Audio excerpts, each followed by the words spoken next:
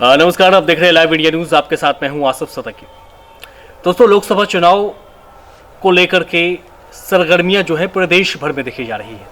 एक तरफ कांग्रेस के द्वारा भारत न्याय जोड़ो यात्रा की जा रही है, तो दूसरी तरफ बिहार में भी तेजस्वी यादव के द्वारा न्याय यात्रा को लेकर के यात्रा की जा रही है।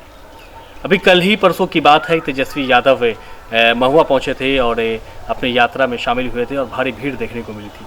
वहीं बीजेपी की अगर बात करें तो बीजेपी भी चुनाव प्रचार में उतर चुकी है। खास बात यह है कि प्रधानमंत्री नरेंद्र मोदी के चेहरे पर इस बार चुनाव होने जा रहा है, लेकिन कई सारे ऐसे मुद्दे हैं जिसको लेकर के जनता घेरने की कोशिश में लगी हुई है बीजेपी को। बात हम पातेपुर की करेंगे। पातेपुर जो है उजियारपुर लोकसभा सीट के अंतर्गत आता है और यहाँ से नित्यानंद राय सांसद भी हैं।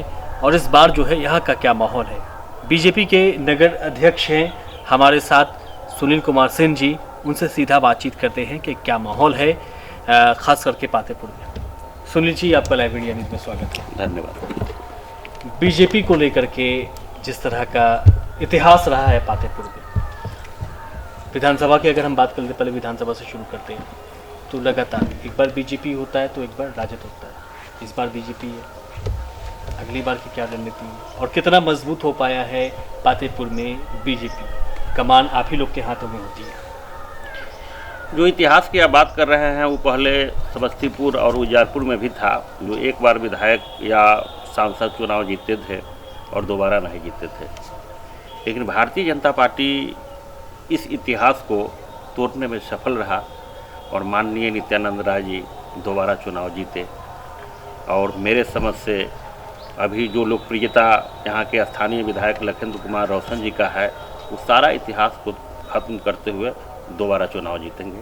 और बीजेपी के पक्ष में जो आदरणीय प्रधानमंत्री श्री नरेंद्र मोदी जी का जन कल्याणकारी जो जितने भी योजना चल रहा है, जो धरातल तक के पहुंच चुका है और हम लोगों ने घर घर तक के पहुंचाने की कार्य कर रहे हैं, जिससे ऐसा स्पष्ट हो चुका है कि यहाँ किसी भी पार्टी लड़ाई में नहीं है।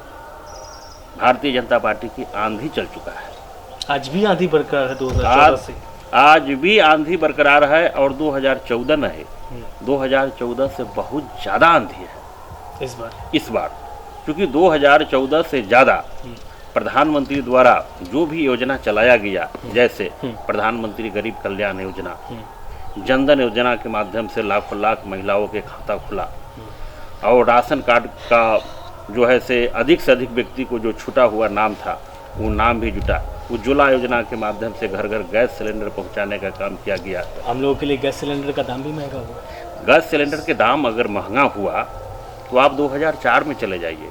2004 में जब भारत के प्रधानमंत्री मनमोहन सिंह थे, उस समय में गैस सिलेंडर के दाम कितना था।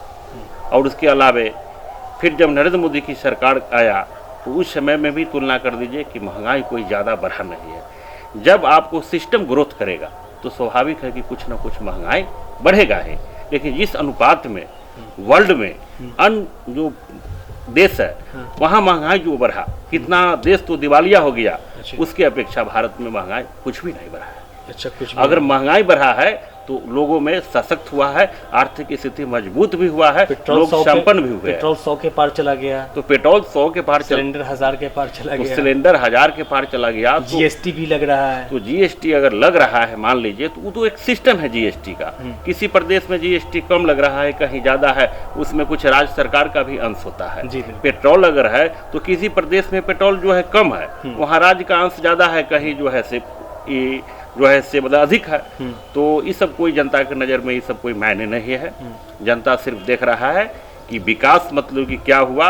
इससे पहले जो मनमोहन सिंह के सरकार था उसमें जमीन से आसमान तक की घोटाला हुआ था। आज कहीं कोई घोटाला नहीं है। कितना मंत्री जो है वो जेल जा चुके हैं, लेकिन आज माननीय प्रधानमंत्री श्री नरेंद्र मोदी जी के कुशल नेतृत्व में एक भी मंत्री पर भ्रष्टाचार के आरोप नहीं लगा।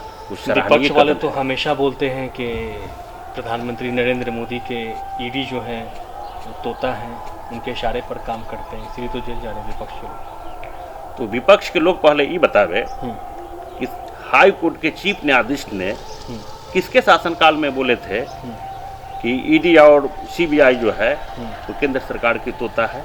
वो कांग्रेस की सरकार में बोले थे। मतलब सत्ता जिसके हाथ में रहेगा उसके हाथ की कठपुतली। ऐसा नहीं होता है। जी। ईडी या सीबीआई अगर कहीं भी रेड कर रहे हैं तो देखना यह है प्रमाण कि के उसमें साथ। कुछ पकड़ाता है कि नहीं। यही देश में 300-300 करोड़ रुपया जो है पकड़ाया जाता है। तो स्वाभाविक है कि जहां पैसा पकड़ाएगा, जिन पर कार्रवाई होगा। आप भ्रष्टाचार की बात विपक्ष कर रहे हैं। लालू यादव को सजा किसकी शासनकाल में हुआ था? उस समय तो भाजपा नहीं थी, कांग्रेस के शासनकाल में हुआ। देश में लालू यादव के भ्रष्टाचार के आरोप में प्रथम नेता है लालू यादव, जिनको संसद से सदस्यता समाप्त किया गया। ऑडियंस किसने फाड़ा था? क्या उस समय तो बीजेपी नहीं था? तो ऐसा नहीं है, जिस विपक्ष को जो अपना काम है वो आरोप प्रत्यारोप लगाते रहते हैं, लेकिन धरातल पर आम जनमानस को इससे कोई लेना देना नहीं अच्छा, है। विपक्ष का ये भी कहना है कि बीजेपी वॉशिंग मशीन है भ्रष्टाचार की, वहां जाइए और साफ सुथरे होकर के निकलिए। बीजेपी ही एक ऐसा पार्टी है इसमें कोई वॉशिंग मशीन नहीं है। केंद्रीय नेतृत्व जो है सही ढंग से कार्य कर रहा है। एजेंसी भी अपना पक्ष हो विपक्ष हो उसको कार्य कर रहा है, और वॉशिंग मशीन ऐसा कोई काम नहीं है। वो सब विपक्ष का निराधार आरोप है। सुनील जी, एक और चीज़ जानना चाहेंगे कि गरीब खुश है बीजेपी के शासनकाल में, आम जनता खुश है, बीजेपी के समर्थक हो या फिर तमाम जो देश के लोग हो वो खुश है, किसान नाराज क्यों? किसान नाराज है। किसान की अनेक समस्या है। जैसे अब किसान के मुद्दा पर बहुत अच्छा प्रश्न आप किए हैं। किसान का मांग है एमएसपी की गारंटी होना चाहिए। हम कहते हैं कि एमएसपी की गारंटी होना चाहिए, वो बात सही है। लेकिन जैसे मान लीजिए बिहार में धान अधिप्राप्ति कार्य होता है तो यहाँ सरकार का न्यूनतम समर्थन मूल्य है 2208 रुपये प्रति कुंटल। झारखंड सरकार जो है बगल में वो 2208 रुपये प्रति कुंटल के अलावे 200 रुपया बोनस देता है। उत्तराखंड हो, मध्य प्रदेश हो या अन्य प्रदेश हो, सरकार के एमएसपी के अलावे भी वो राज्य के रूप में बोनस के रूप में 400 रुपये कुंटल, 500 रुपये कुंटल, 800 रुपये कुंटल देता है। और भारत के प्रत्येक स्टेट में एमएसपी एक किस्म नहीं हो सकता है। जैसे एमएसपी में लगभग जो हमको जानकारी है 50 से 60 वस्तु है इस पर एमएसपी भारत में लागू होता है। लेकिन बिहार प्रदेश में तो धान के अलावे एमएसपी पर किसी भी चीज़ की अधिप्राप्ति ही नहीं होता है। तो इसमें अनेक प्रकार की विसंगतियां है, और किसान के कुछ ऐसा मांग है जो जायज है। एमएसपी का गारंटी होना चाहिए। लेकिन किसान का समस्या सिर्फ पंजाब हरियाणा ही क्यों, बिहार नहीं, मध्य प्रदेश नहीं, लेकिन कुछ राजनीति से प्रेरित होकर के कुछ वैसे किसान है जो चुनिंदा स्टेट के लोग ही विपक्ष के प्रभाव में ज्यादातर आंदोलन करने के उतारू रहते हैं। बाकी प्रदेश चलिए, आंदोलन भी हो रहा है लेकिन उनके पास अच्छा मौका भी है, चुनाव नजदीक है, इसलिए सही समय पर वो लोग भी आंदोलन कर रहे हैं। चुनाव को लाभ लेने के लिए विपक्ष द्वारा प्रोगंडा उड़ाया जा रहा है। पातेपुर का चुनावी मुद्दा क्या रहेगा? पातेपुर की चुनावी मुद्दा यहाँ का विकास रहेगा, जो यहाँ कार्य हुआ है। 14 से विकास नहीं हुआ? 14 से पहले विकास बहुत 14 की बात बोल रहे हैं। 14 के बाद तो उपलब्धियां लेकर के जाएंगी बीजेपी यहाँ पर पातेपुर में जो विकास हुआ है, उजियारपुर में या पातेपुर में? पातेपुर और उजियारपुर में अचूक विकास हुआ है जी। पातेपुर में कभी यहाँ से 30 किलोमीटर 35 किलोमीटर दूरी पर जाकर के लोग के रजिस्ट्री कराना पड़ता था। जी जी। जो आज यहाँ पातेपुर में जब से भारतीय जनता पार्टी की सांसद और विधायक बने तब से रजिस्ट्री ऑफिस का निर्माण हुआ। दर्जनों जगह से ऊपर जो है पुल पुलिया का निर्माण हुआ। यहाँ सामुदायिक केंद्र बना। जो भी जनता से जुड़ा हुआ समस्या हुआ उसको जो है माननीय विधायक जी और माननीय मंत्री जी के नेतृत्व में जो है अधिक से अधिक यहाँ काम हुआ है। और माननीय विधायक जी यहाँ के काफ़ी लोकप्रिय विधायक है। कोई भी समस्या अगर यहाँ आता है उसको बढ़ चढ़ करके जनता के बीच में उस समस्या को समाधान करने के लिए हमेशा तत्पर रहता है। 24 में जीत पक्की है? 24 में जीत की गारंटी है। और 24 में जीत ही नहीं, सारा रिकॉर्ड वोट से जीत होगा। पिछले चुनाव में अभी तक जितने वोट से यहाँ किसी भी सांसद और विधायक की जीत नहीं हुआ था उससे दुगना वोट का यहाँ 2024 के साथ साथ 25 में भी जीत होगा।